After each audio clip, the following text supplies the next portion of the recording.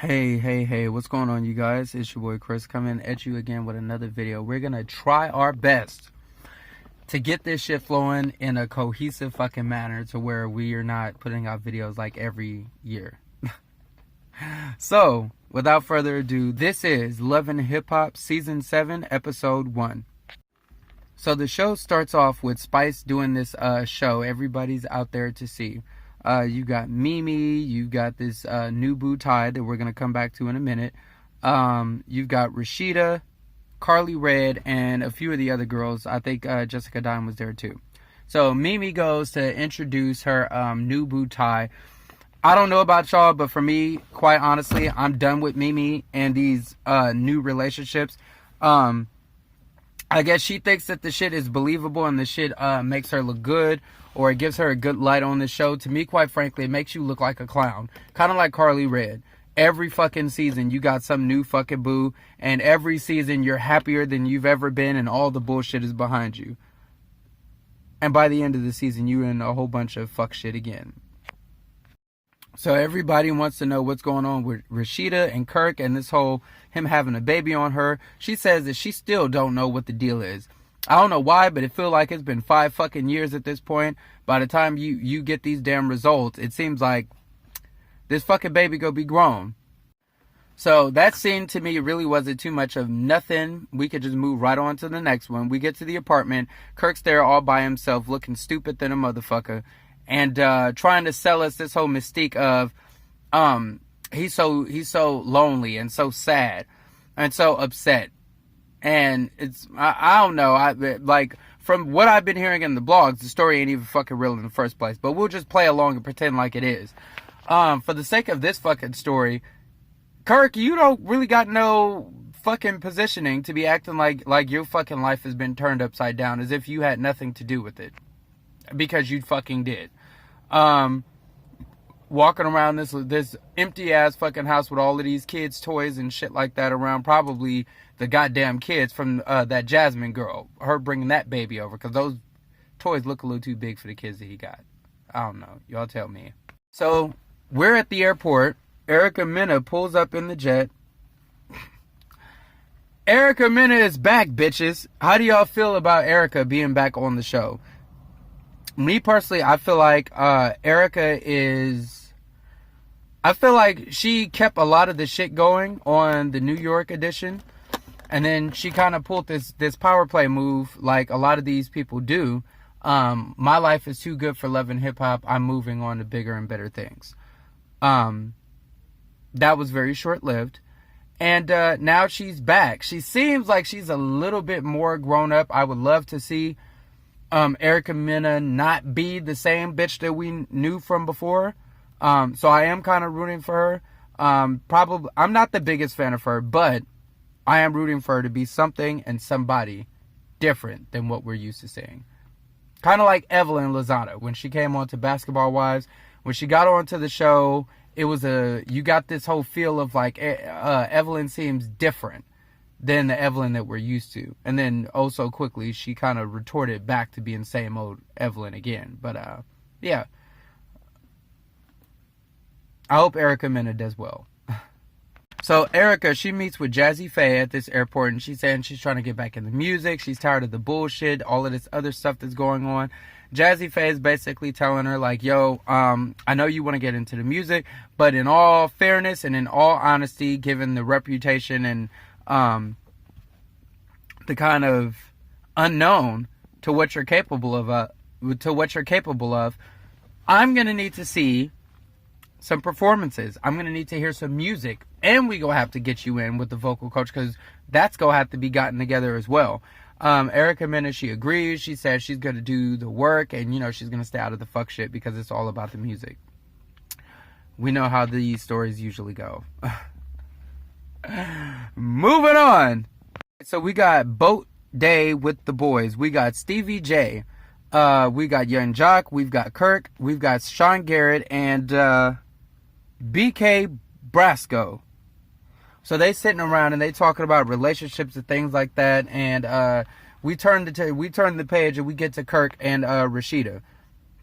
Kirk tells us he still ain't fucking told Rasheeda, but he got the results. And he's the daddy.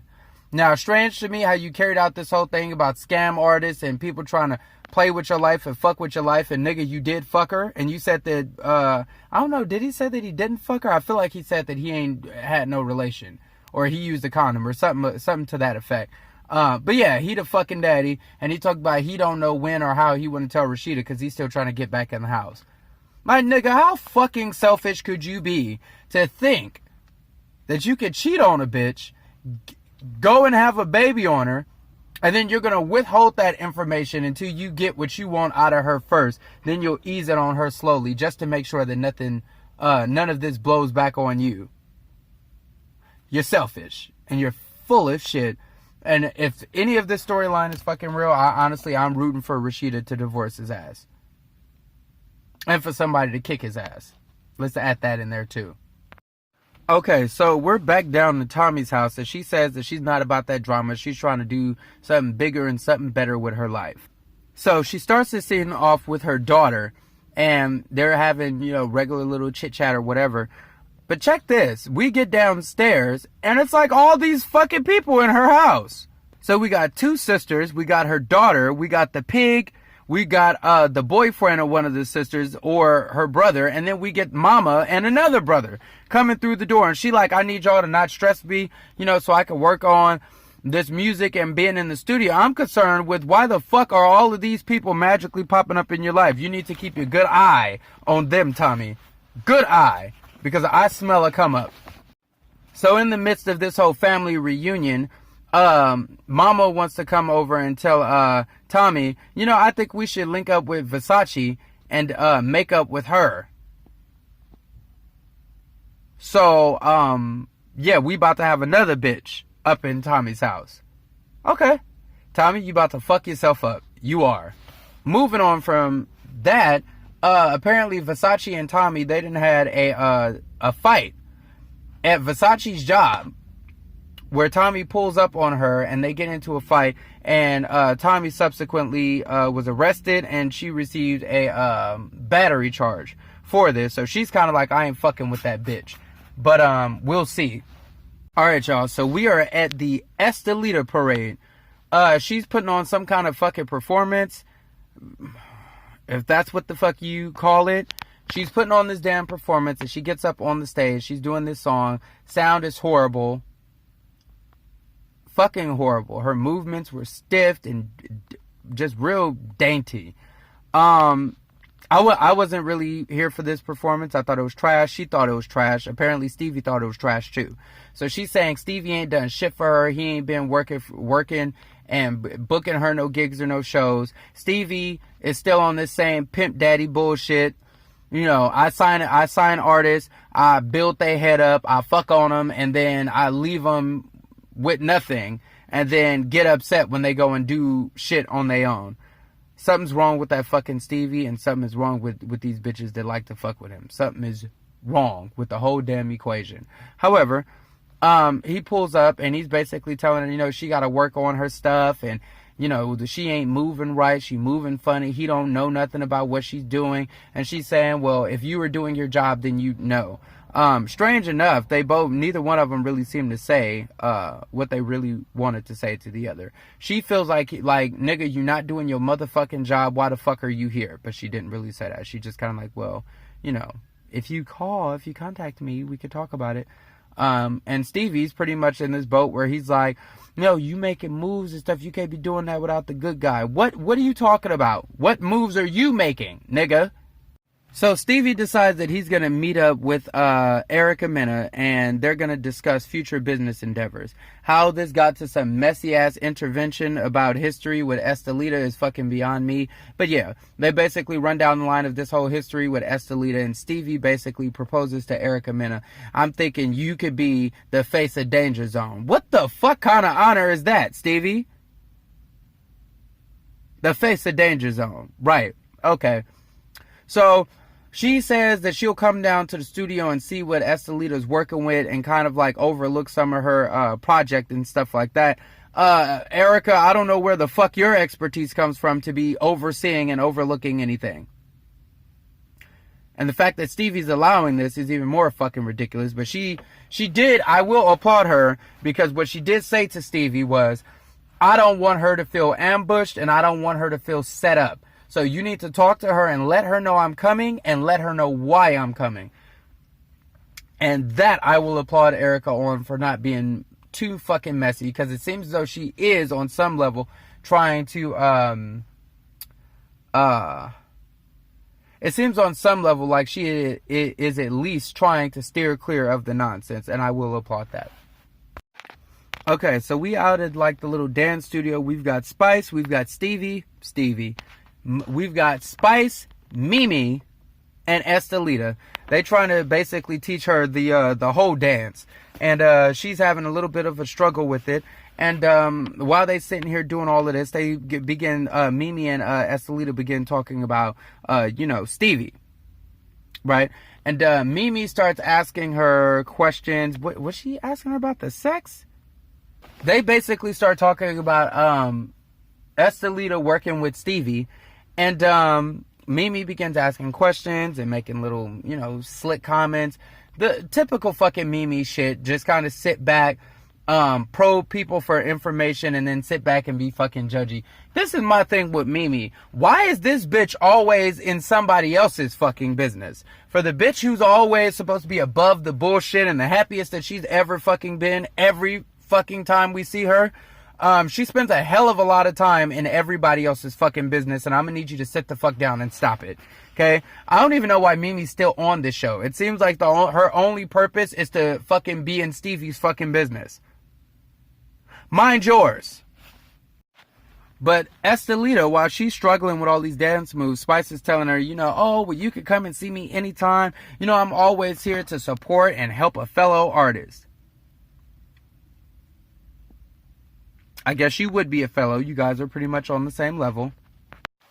So while we doing all of this typical fucking banter, Carly Red walks her stupid ass in. Estelita's already kind of bothered by the fact that Carly's there. Carly's acting all like she got beef and shit like that. Carly knows that she's full of shit and she wouldn't fucking bust a fucking grape in a fruit fight. But she always wants to put on for the cameras. Oh, I don't know what the problem is. All I said was interesting. I don't know what her beef is with me. Yeah, you do, bitch. Because you being catty, you being petty, you being fucking messy, and you're always trying to solidify a spot on this fucking show by doing your fucking shenanigans. You know what the fuck you were doing. Estelita's like, I never had no problem with her. She seemed like she had a problem with me, and then she threw fucking food on me. So, they both keep saying they ain't got no problem. So Spice is like, all right, well, bitch, if it ain't no problem, then what's the problem? Carly ain't have nothing to say to that. So she's pretty much just like, ain't no problem. We good. She want to shake hands and shit like that. I'm like, Carly, somebody needs to bust your ass good. Somebody. So we get to Kirk and Rasheeda. He comes and he meets with Rasheeda at the house, and they sitting down, and he's basically, I want to move back in the house. I want to make up. I want my family. I want my wife. I want this and I want that. Rasheeda is, well, Kirk, you got things that you need to take care of and things that you need to handle. Now, the funny thing about this is how the fuck Kirk is so goddamn full of shit. So full of shit. How do you walk in and start making a plea for your family and all these other things before you divulge the fact that you've got these test results, that you fucked this woman and got her pregnant? How do you... I don't get it. So, Rasheeda basically shut that shit down like, that's definitely going to be a fucking no. That won't be happening. So he decides now would be a good time to just go ahead and fess up that he got these test results. So he tells her about the results, and then Rasheeda pops off, for you to sit up here, I'm the kind of bitch you want to go and have a baby on? Just fuck shit. So, Rasheeda, she's not here for it, so that's pretty much, that's a fucking burnt bridge. Rasheeda's pissed. She ain't trying to hear none of that reconciliation shit at all. Okay, so now we down at the studio. We've got Erica, Estelita, and Stevie. First off, Erica and Estelita and Stevie, they're inside of the studio. They're talking and doing, talk about what he's going to be doing for her. He's talking about, yeah, I got a couple of tracks for you now. I got a couple of little things I could get you right now. And I'm like, right. Estelita, don't you fall for this bullshit, because he's about to play you. In walks Erica. Estelita wants to know, why is this bitch here? Why would you bring Erica into my session? I don't understand what this is, but it seems like you playing games. Good girl, Estelita, because he is.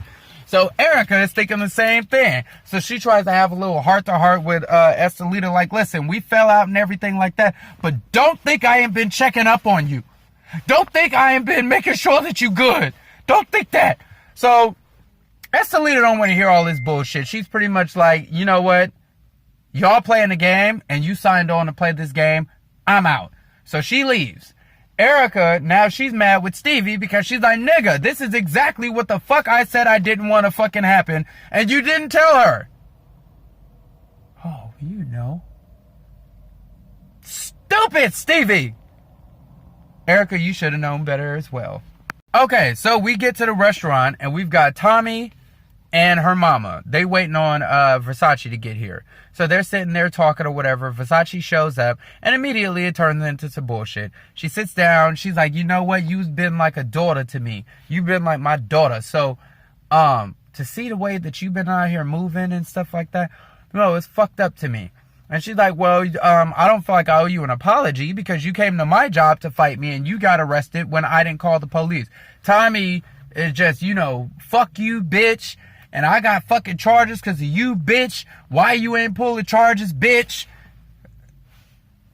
Versace, I expected her to be a little bit more on that ratchet side with Tommy, but she seemed to be pretty well composed. She got up, she's like, you know what, I'm not doing this. She walks out, and she said something to the effect of blah, blah, blah, bitch. And Tommy reached over and threw that fucking coffee or that drink, whatever it was, tossed it at the fucking door. She's like, yeah, and you missed, bitch. And you missed. So she makes her way out the door. Tommy is trying to get up and rush for her. Security's holding her back and pulling her, holding her down and shit like that. So I guess that won't be a part of the family reunion coming up. Now we got Jasmine. Now Jasmine, she's the one who done fucked Kurt and had this damn baby, allegedly. And then she wants to talk about, you know, my child has a family. He has brothers and he has sisters, and he shouldn't be punished for what me and Kirk did. So I'm going to go and see Rasheeda, and he needs to have his family in his life. Well, bitch, you should have thought about that when you was being a fucking side bitch and making babies. That's probably one of those things you should have thought about. She walks in the press. Rasheeda's mama, she just like, hey, I'm Jasmine. Yeah, I know who you are. I know who you are. Yes, is Rasheeda available? Right. And I'm just waiting for the next episode so we can see if somebody jumps out and fucks her up. The gall of a bitch. But yeah, I still got to get out of here and fucking record fucking episode 2. Well, I got to watch episode 2, then record the review for episode 2. I'm going to try to get these videos together, and I'm going to try to actually put them the fuck out on time this time around. So, yeah, go ahead and drop down in the comments. Let me know what you guys are thinking about this episode.